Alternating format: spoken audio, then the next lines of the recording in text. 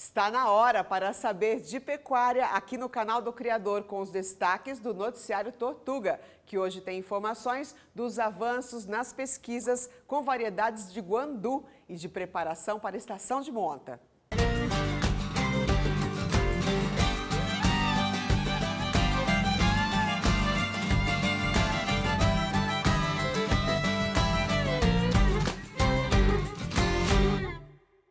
A busca por forrageiras mais eficientes, produtivas e de rápida implantação é uma constante nos programas de melhoramento das espécies. O Banco Genético de Capim Guandu, da Embrapa, tem uma coleção com mais de 40 linhagens. Recentemente, a empresa publicou o estudo Seleção de Linhagens de Guandu de Melhor Desenvolvimento Inicial e Possíveis Aplicações Práticas, dos pesquisadores Rodolfo Godoy e Bia Anchão Oliveira. O Cairo Rodrigues agora conversa com um dos autores. Bom dia.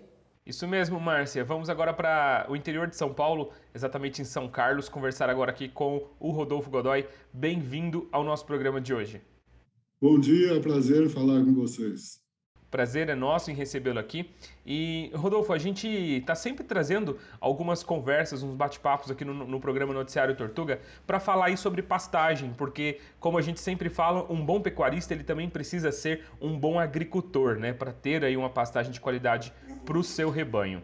E recentemente a Embrapa lançou uma pesquisa aí, algumas tendências de pesquisa falando sobre uma das cultivares aí de pastagens que são bem utilizadas por produtores nas regiões mais quentes aqui do nosso país, que é a linhagem de guandu. Queria que o senhor falasse um pouco mais para a gente sobre essa pesquisa e os benefícios aí dessa variedade.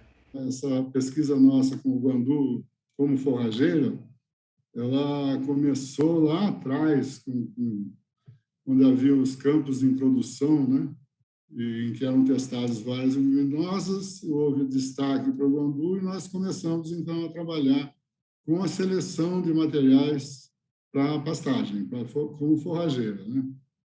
E nessa linha, já há alguns anos atrás, foi lançada a cultivar mandarim, né?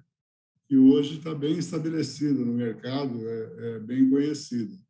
E nós continuamos trabalhando nessa linha, selecionando, procurando sempre melhorar, aprimorar as qualidades, né, dos materiais.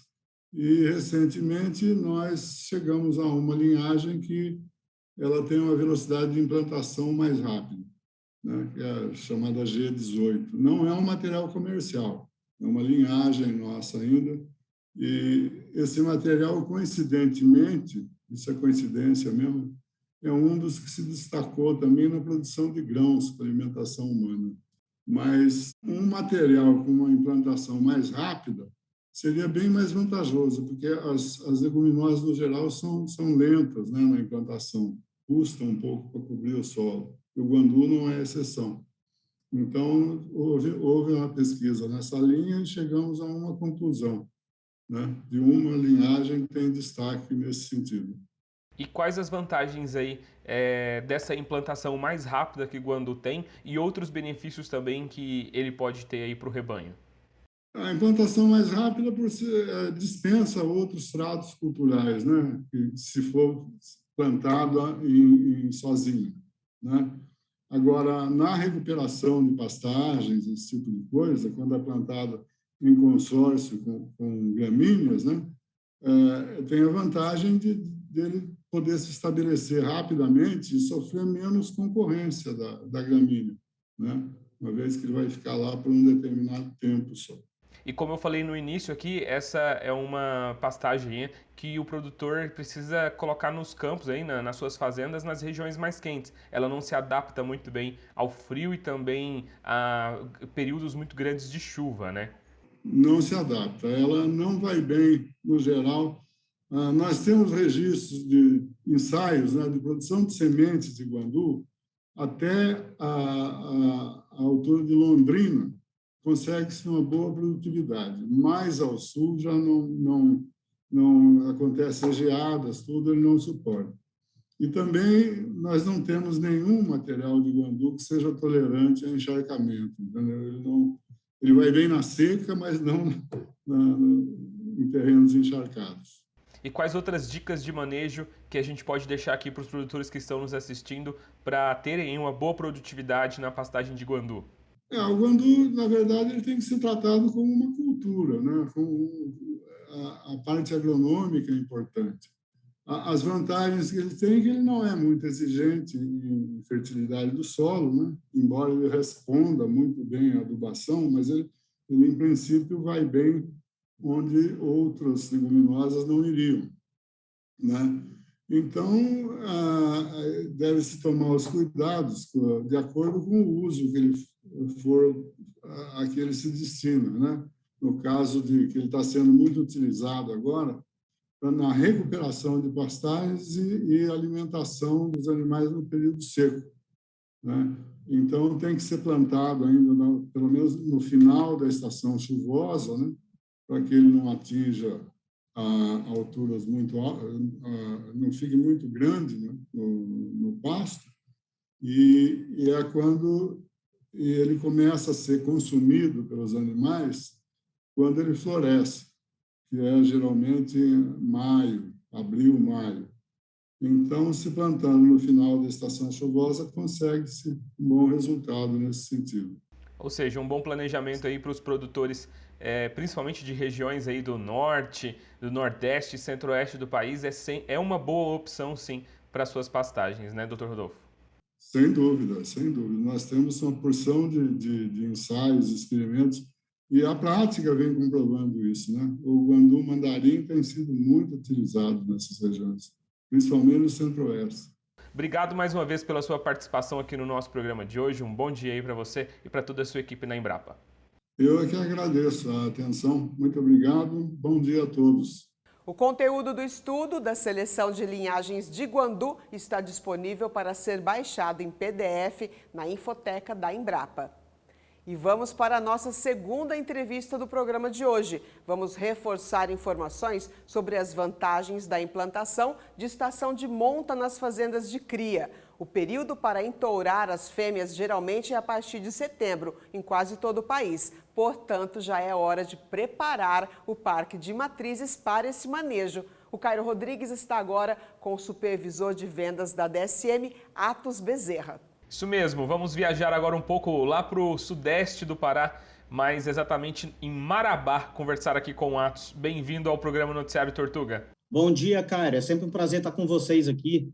A gente é que agradece pela sua participação e hoje para a gente bater um papo aqui sobre estação de monta. Atos, primeiro eu queria te perguntar o seguinte, por que a nutrição ela é um fator aí importante para a estação de monta dentro da propriedade, seja ela a estação de monta com touros mesmo, né, ou com inseminação artificial?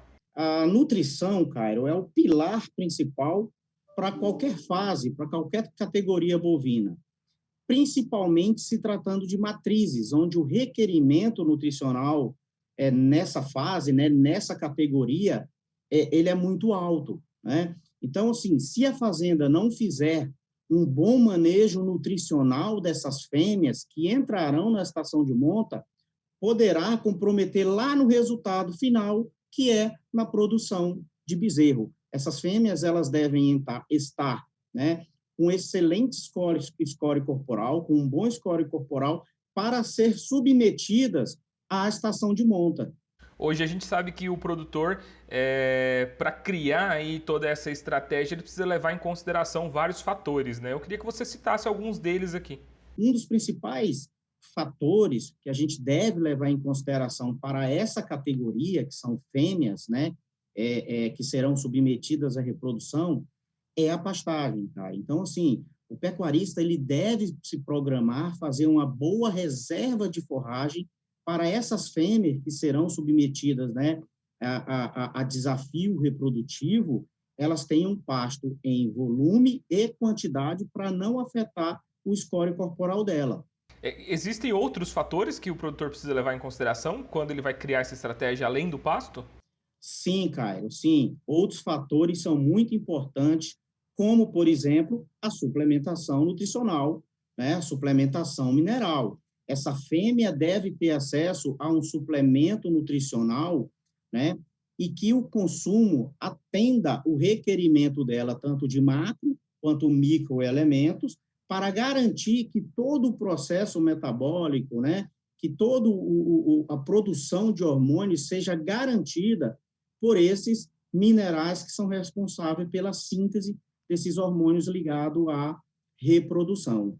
E quando um produtor ele está criando aí essa estratégia, tanto levando em consideração o pasto quanto a estratégia de suplementação, a gente tem vários produtores que têm fazendas em regiões diferentes do nosso país. E a gente sabe que o clima aqui, por a gente ser um país muito grande, é muito diferente de uma região para outra. Isso também precisa ser levado em consideração, principalmente quando ele vai avaliar ali a época em que ele vai colocar esses animais, iniciando esses animais na estação de monta, né, Atos? Exatamente, Cairo. Principalmente, a gente pode colocar mesmo, dando o exemplo aqui do estado do Pará, né? O estado do Pará é gigante, então há regiões que secam mais do que outras regiões, né?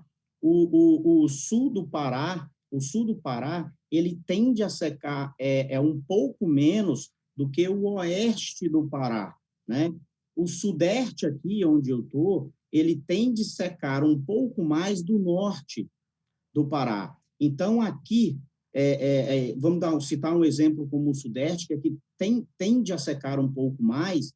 Aqui, em alguns momentos, em alguma fase, em algumas dessa janela da estação de monta, é necessário uma suplementação diferenciada para essas fêmeas. Somente uma suplementação mineral não vai ser suficiente para a gente elevar o nível de score corporal dessas fêmeas. Então, muitas das vezes, Cairo, a gente é necessário fazer uma suplementação dessas fêmeas proteica ou proteica energética, para poder garantir que essa fêmea entre na estação de monta com um score corporal que somente o mineral não ia garantir que a gente alcançasse esse score corporal para essa fêmea chegar apta na estação de monta, Cairo. Então, assim, deve-se fazer um bom estudo nutricional pré-estação de monta para a gente definir que suplementação essas fêmeas serão submetidas na estação de monta. Se é somente um suplemento mineral ou se será necessário utilizar um suplemento proteico ou se será necessário utilizar um suplemento proteico energético, Caio. E Atos, falando sobre essa questão da suplementação, para manter aí as matrizes com o score corporal adequado para elas entrarem na estação de reprodução, qual que é os benefícios que isso vai trazer aí para os bezerros? Porque a gente sabe que a nutrição dessas vacas, elas vão ser totalmente refletidas aí nesses bezerros, né? E quais são alguns desses benefícios? Então, Caio, o principal benefício para esses bezerros, dessas fêmeas que têm uma excelente suplementação mineral, são que eles vão desmamar mais pesado. Quando você fizer a conta de quilos de bezerro desmamado por hectare ou por fêmeas submetidas à estação de monta, esse número será elevado. Por quê? A fêmea com um bom score corporal, com uma boa suplementação nutricional, essa fêmea, Cairo, ela vai produzir mais leite. Se ela produz mais leite, esse bezerro mama mais, consequentemente, ele engorda mais e desmama mais pesado, Cairo. Então, o principal benefício que tem de uma excelente suplementação para a fêmea é a desmama desse bezerro mais pesado, Cairo.